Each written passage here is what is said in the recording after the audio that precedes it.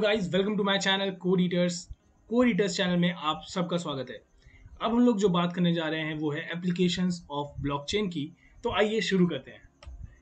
Applications of blockchain की अगर मैं बात करूं तो कई सारी एप्लीकेशंस है ब्लॉकचेन की, बट मैं कुछ पर्टिकुलर एप्लीकेशंस के बारे में ही बात करूंगा, जैसे कि प्रोडक्ट ट्रैकिंग के बारे में, स्मार्ट कॉन्ट्रैक्ट्स के बारे में, हेल्थ केयर सिस्टम के बारे में, इंटरनेशनल वायर ट्रांसफर के बारे में। तो चलिए शुरू करते हैं प्रोडक्ट ट्रैकिंग से। मानते हैं कि लेट से आप किसी शॉप से कोई पर्टिकुलर सामान लाते हैं। लेट से आप कॉफ़ी लेने जाते हैं और कॉफ़ी आप अपने घर पे ले आते हैं, बट जो कॉफ़ी उस पैकेट में है, क्या आपको पता है कि वो ओरिजिनल कॉफ़ी है कि नहीं? हो सकता है कि वो कॉफ़ी ओरिजिनल ना हो के वो ब्रांड का नाम तो हो, मतलब पैकेट का नाम हो। आपने शायद सुना भी होगा, कई बार न्यूज़पेपर में निकलता है कि फेक प्रोडक्ट्स पकड़ाए गए, और हमें भी कहीं ना कहीं डर रहता है कि जो सामान हम ले रहे हैं वो एक्चुअली में ओरिजिनल है कि नहीं है। तो क्यों अगर मैं आपसे ऐसा कहूँ कि आप अपने प्रोडक्ट को पूरी तरह से ट्रैक कर पाएंगे कि वो कहाँ से ओरिजिन हुआ, कहाँ कहाँ से सप्लाई हुआ, और किस किस जगह से गुजरा, ये सारी चीज़ें, तो कैसा रहेगा? तो चलिए बात करते हैं डेनमार्क की। डेनमार्क ने एक सुपरमार्केट ने ब्लॉकचेन को इम्प्लीमेंट किया हुआ है, जहाँ पे हर एक प्रोडक्ट के ऊपर आप देख सकते हैं एक बार कोड होता है, एक क्यूआर कोड होता है। इस क्यूआर कोड को आप अपने फ़ोन से स्कैन कर सकते हैं, और जैसे ही आप उसको स्कैन करेंगे उस प्रोडक्ट से रिलेटेड आपको सारी डिटेल्स आपकी स्क्रीन पे आ जाएंगी। जैसे कि इसमें लिखा हुआ है, नेम हो गया, प्रोसेसिंग हो गया, इसी तरह की कई सारी डिटेल्स आपके सामने आ जाएंगी। जैसे कि हाँ, और आपकी क्वालिटी चेक हुआ है कि नहीं, और जो मैंने आपको बताया कि सप्लायर्स के बारे में, और कौन कौन सी जगह से होकर गुजरा है, इन सारी चीज़ों के बारे में आपको डिटेल इन्फॉर्मेशन होगी। तो इससे क्या होगा कि आपको फिर कोई कभी भी फेक प्रोडक्ट नहीं बेच पाएगा। Smart contract. पहले हम लोग ये समझ लेते हैं कि बेसिकली स्मार्ट कॉन्ट्रैक्ट है क्या।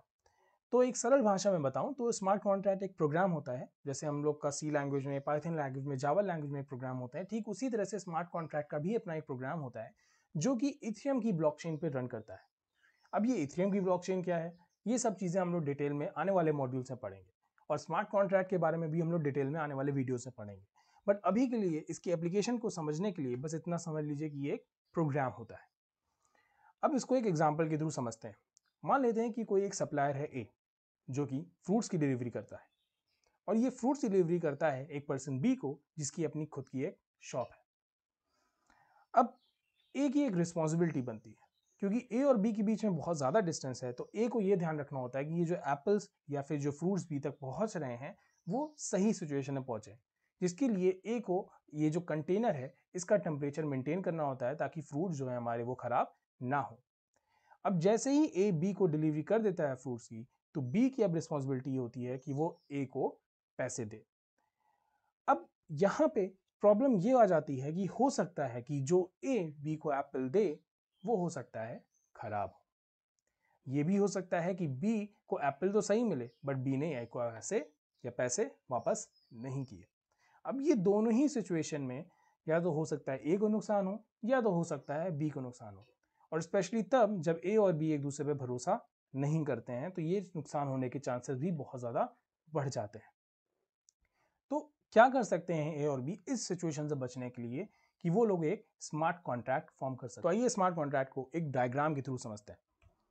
ये हमारा स्मार्ट कॉन्ट्रैक्ट है। अब हम स्मार्ट कॉन्ट्रैक्ट में एक प्रोग्राम लिखेंगे जहां पे हम पूरी तरह से बताएंगे कि कब डिलीवरी होनी है और कब डिलीवरी नहीं होनी है, कब ए को पैसे देने हैं और कब ए को पैसे नहीं देने हैं।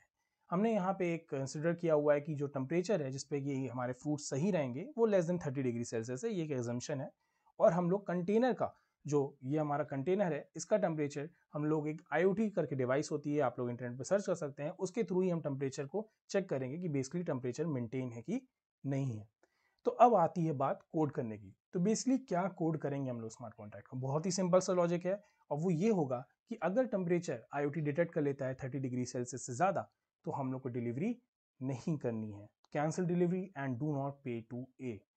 और अगर ऐसा नहीं है तो हम क्या करेंगे, डिलीवरी करेंगे, मतलब ए को डिलीवरी करनी होगी और बी को ए को पैसे देने होंगे। अब इसमें एक सबसे इंपॉर्टेंट चीज़ है, कुछ लोग ये सोचेंगे कि अगर ऐसी बात है तो हो सकता है ए मना कर दे या बी मना कर दे। नहीं, ऐसा नहीं हो सकता, क्योंकि जैसे कि ब्लॉकचेन की आपने अगर पिछली वीडियो देखी है, तो ब्लॉकचेन की एक कैरेक्टरिस्टिक होती है, वो ये है कि ब्लॉकचेन इम्यूटेबल होते हैं। तो इम्यूटेबल होने की वजह से एक बार जो प्रोग्राम हमारी ब्लॉकचेन पे लिखा गया है, हमारे ब्लॉक पे लिखा दिया गया, अब उसे कोई भी मिटा नहीं सकता, तो वो प्रोग्राम एग्जीक्यूट होके ही रहेगा। तो अब ऐसा भी नहीं है कि बी पैसा देने से मना कर सकता है, क्योंकि जैसे ही ये चीज़ सही होगी, जैसे ही ये चीज़ मान ली जाएगी, वैसे ही क्या करेगा स्मार्ट कॉन्ट्रैक्ट बी के अकाउंट से या फिर बी की ब्लॉकचेन से वो पैसे फेच करके तुरंत ए को ट्रांसफर कर देगा और बी उसे रोक भी नहीं पाएगा। और ए भी यहाँ पे ज़बरदस्ती डिलीवरी नहीं कर पाएगा, क्योंकि स्मार्ट कॉन्ट्रैक्ट ने मना कर दिया है कि अब ये डिलीवरी नहीं पॉसिबल है। तो आप समझ सकते हैं ये कितना बढ़िया एप्लीकेशन है। हमें पहले क्या होता था, कोर्ट्स का सहारा लेना होता था, कि कोई प्रॉब्लम होती थी तो हमें कोर्ट जाना पड़ता था, और फिर कोर्ट एक सेंट्रलाइज्ड बॉडी उसको डिसाइड करती थी कि क्या होगा क्या नहीं होगा। मगर ये स्मार्ट कॉन्ट्रैक्ट में बिल्कुल भी ऐसा नहीं है। ये स्मार्ट कॉन्ट्रैक्ट अपने से ऑपरेट करेगा, बस हमें एक बार एक प्रोग्राम लिखना है और वो प्रोग्राम एग्जीक्यूट होके ही रहेगा, क्योंकि ब्लॉकचेन की प्रॉपर्टी की वजह से। और अगर अभी भी आपको थोड़ी बहुत दिक्कत आ रही है स्मार्ट कॉन्ट्रैक्ट समझने की, तो बिल्कुल भी परेशान होने की बात नहीं है। आने वाले मॉड्यूल्स में जब मैं स्मार्ट कॉन्ट्रैक्ट को और डिटेल में बताऊंगा, तो आपको ये पूरी तरह से और अच्छे से क्लियर हो जाएगा। बस इतना समझ लीजिए अभी के लिए कि एक प्रोग्राम है जिसमें हमने एक इफ एल्स की कंडीशन लिखी हुई है। International wire transfer. तो इंटरनेशनल वायर ट्रांसफर का मतलब समझने के लिए पहले हमें समझना होगा कि हमारा इस समय का बैंकिंग सिस्टम कैसे वर्क करता है। क्योंकि अगर हमें किसी कंट्री में, जैसे मान लीजिए कि इंडिया में है और हमें यूएसए में पैसे भिजवाने हैं, तो हमें वहाँ पे इंटरनेशनल वायर ट्रांसफर का यूज़ करना होता है। तो मान लीजिए हमें यूएसए में अगर पैसे भिजवाने हैं, तो पहले हम अपने सेंडर बैंक के पास जाते हैं। अब ये सेंडर बैंक क्या करता है, ये पैसा डायरेक्टली रिसीवर बैंक को नहीं देता, ये पैसा देता है एक कोरस्पॉन्डेंट बैंक को। क्योंकि ये एक इंटरनेशनल ट्रांजैक्शन है, कोई ब्लैक मनी वाली बात ना हो या फिर कोई मनी लॉन्ड्रिंग जैसी चीज़ ना हो, तो इसलिए सारे बैंक्स को कई सारी फॉर्मेलिटीज से होकर गुजरना होता है, कई सारा पेपर वर्क होता है और ये सारी चीज़ें चेक होती हैं। इसलिए ये सेंडर डायरेक्टली रिसीवर बैंक को नहीं, पहले कुछ कॉरेस्पॉन्डेंट बैंक्स को यहाँ पे पैसे देता है, फिर ये कॉरेस्पॉन्डेंट बैंक्स क्या है, इसको देते हैं हमारे रिसीवर बैंक को।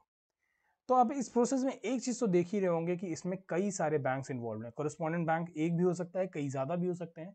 तो इसी वजह से इसमें कई सारे बैंक्स इन्वॉल्व हो जाते हैं, और क्योंकि इसमें कई सारे बैंक्स इन्वॉल्व हो जाते हैं, तो बहुत ज़्यादा टाइम टेकिंग हो जाता है ये प्रोसेस। और अगर इसमें से मान लीजिए कोई बैंक स्लो है, तो आप समझ ही सकते हैं कि क्या होगा, तब तो ये प्रोसेस और भी बढ़ जाएगा। अगर मैं आपको ऐसे बताऊं बिना मतलब कि क्या नॉर्मल टाइम है, तो हो सकता है कि आपने अगर आज पैसे भेजे हैं किसी और कंट्री में, तो वो हो सकता है 1 हफ्ते से लेकर 10 दिन तक का भी टाइम लग सकता है आपके पैसे को इंटरनेशनली वहां पहुंचने में। तो हमारे इस सेंट्रलाइज्ड सिस्टम में बेसिकली 2 डिसएडवांटेजेस हैं। पहला ये कि इसमें फीस बहुत ज़्यादा है, दूसरा ये कि ये बहुत ज़्यादा टाइम टेकिंग है, जिसका हमने एग्जाम्पल देख लिया। और यूज फीस क्यों है? फीस इसलिए यूज है क्योंकि इतने ज़्यादा बैंक्स इन्वॉल्व हैं, तो उनको सबको अपनी अपनी कमीशन चाहिए होती है। तो ये फीस हो सकता है 10% से लेके 30% तक की ये फीस चार्ज कर लेते हैं। कंट्री टू कंट्री वेरी करता है, बट मान के चलिए 10% तो होती ही है ये फीस। मान लीजिए आपने इंडिया से पैसे यूएस से भेजे, तो हो सकता है कि वो आपके 100 रुपये भेजे तो 10 रुपये वहाँ से वो काट लें, और सिर्फ 90 रुपये ही आपके जो फैमिली है अगर यूएसए में रहती है तो वहाँ पहुँचे। बट इन दोनों को ही हमारा जो ब्लॉकचेन है पूरी तरह से रिमूव करता है इन डिसएडवांटेज को, क्योंकि ब्लॉकचेन में फीस जो होती है वो सिर्फ और सिर्फ 1 से 2% होती है, पहली चीज़। और दूसरी चीज़, वो बहुत ही कम टाइम टेकिंग होता है। जैसे अगर आप इंडिया में रहते हैं और आप यूपीआई पेमेंट करते हैं, तो with in a second, with in a minute he payment आपके जो कोरस्पॉन्डिंग मतलब जो परसेंट है उसके पास तुरंत पहुंच जाती है। तो वहां पे भी इस समय अगर आप देखेंगे तो बैंकिंग सेक्टर में कई सारे ऐसे बैंक्स भी हैं, जो अगर आप यूएसए के देखेंगे जेपी मॉर्गन या इस तरह के कई सारे और भी कंट्रीज में बैंक हैं जिन्होंने ब्लॉकचेन को अडॉप्ट करना शुरू कर लिया, और आज से नहीं, वो 2016 से इस टेक्नोलॉजी का यूज पे मतलब इस पे वर्क कर रहे हैं। और आने वाले टाइम में जैसे कि मैंने बताया, ब्लॉकचेन बहुत जगह आपको दिखेगा और इंडिया में भी बहुत सारे बैंक्स इसका यूज करेंगे। तो आइए देखते हैं हेल्थ केयर सिस्टम में हमारे लिए ब्लॉकचेन कैसे हेल्प कर सकता है। तो मान लेते हैं एक सिटी ए है और एक सिटी बी है, जहाँ पे उनके अपने अपने हॉस्पिटल्स हैं, और जो सिटी ए का हॉस्पिटल है वो अपना सारा डेटा अपने डेटाबेस में स्टोर करता है, और सिटी बी का जो हॉस्पिटल है वो अपना सारा डेटा अपने डेटाबेस में स्टोर करता है। वहाँ पे एक पर्सन, हमारे जो सिटी ए है वहाँ पे एक पर्सन रहता है एक्स, और वहाँ पे जब भी उसको कोई भी प्रॉब्लम होती है तो वो कहाँ जाता है? सिटी ए के हॉस्पिटल में जाता है। और यही होता है, हम जहाँ पे रहते हैं, हम जब भी कोई प्रॉब्लम होती है तो ज़्यादातर हम अपने नियर बाय हॉस्पिटल में ही जाते हैं। तो जो भी एक्स रिलेटेड मेडिकल हिस्ट्री है वो कहाँ पे स्टोर है? वो सिटी ए के डेटाबेस में स्टोर है। अब किसी कारणवश मान लेते हैं कि हमारे एक्स को जाना पड़ता है कहाँ पे? सिटी बी में। अब वहां जाने के बाद होता क्या है कि हमारे जो एक्स है उसको कोई मेडिकल इमरजेंसी आ जाती है। अब इस मेडिकल इमरजेंसी के चलते क्या होता है कि सिटी बी को कई सारे पहले तो टेस्ट करवाने पड़ते हैं, ये चेक करने के लिए, ये डायग्नोस करने के लिए कि बेसिकली हमारे एक्स को प्रॉब्लम क्या है। क्योंकि एक्स का जितना भी डेटा है, जो भी मेडिकल हिस्ट्री है, वो हमारे सिटी ए के डेटाबेस में है, तो सिटी बी को एक्स के बारे में इस समय कुछ भी नहीं पता। तो इन्हें कई सारी रिपोर्ट्स निकालनी पड़ती हैं, जो कि काफ़ी ज़्यादा टाइम कंज्यूमिंग होता है, जिसकी वजह से हो सकता है कि एक्स को एडमिट करने में देरी हो और उसकी रिकवरी भी देर में हो। तो इसका सॉल्यूशन क्या है? तो सॉल्यूशन ये है कि ए अगर अपनी एक ब्लॉकचेन मेंटेन करता है, जहां पे वो अपनी सारी मेडिकल हिस्ट्री या जो भी उसको मेडिकल दिक्कतें आती हैं, वो अपने अगर एक ब्लॉक में स्टोर करता, तो ये हो सकता था कि सिटी बी का भी जो जो डॉक्टर्स हैं, जो सिटी बी के डॉक्टर्स हैं, वो भी इस डेटा को एक्सेस कर पाते और जल्दी से पता कर पाते कि बेसिकली एक्स को प्रॉब्लम क्या है। अच्छा, इसको बिल्कुल भी सेंट्रलाइज डेटाबेस से कंफ्यूज मत करिएगा कि ये कोई सेंट्रलाइज जगह नहीं है। ये इस तरह से है कि ये एक्स की अपनी एक ब्लॉकचेन है, जो उसका अपना एक ब्लॉक है जो उसने क्रिएट किया है, जिसमें उसने परमिशन दी हुई है ए को डेटा राइट करने की और परमिशन दी है बी को डेटा रीड करने की। और अब है होमवर्क टाइम। तो मैं चाहता हूं कि अब जैसे मैंने आपको 4 एप्लीकेशन बताई है ब्लॉकचेन की, आप भी जाइए रिसर्च करिए, देखिए क्या क्या एप्लीकेशन है, और जो भी एप्लीकेशन आपने फाइंड की है उसे आप कमेंट करिए, ताकि जो और लोग हैं वो भी उसे पढ़ पाएं और जान सकें कि क्या और एप्लीकेशन है ब्लॉकचेन की, और आपकी भी नॉलेज इंक्रीज हो। तो आशा करता हूँ आपको ये वीडियो पसंद आया होगा। अगर पसंद आया है तो इसे प्लीज़ लाइक करिए, शेयर करिए और सब्सक्राइब करिए। और कोई भी दिक्कत आई, किसी भी तरह की, कोई भी टेक्निकल या फिर किसी भी तरह का आपको कोई समझने में दिक्कत आए, तो प्लीज़ कमेंट करिए, मैं डेफिनेटली आपके सारे डाउट सॉल्व करूंगा। Thank you so much. Bye bye.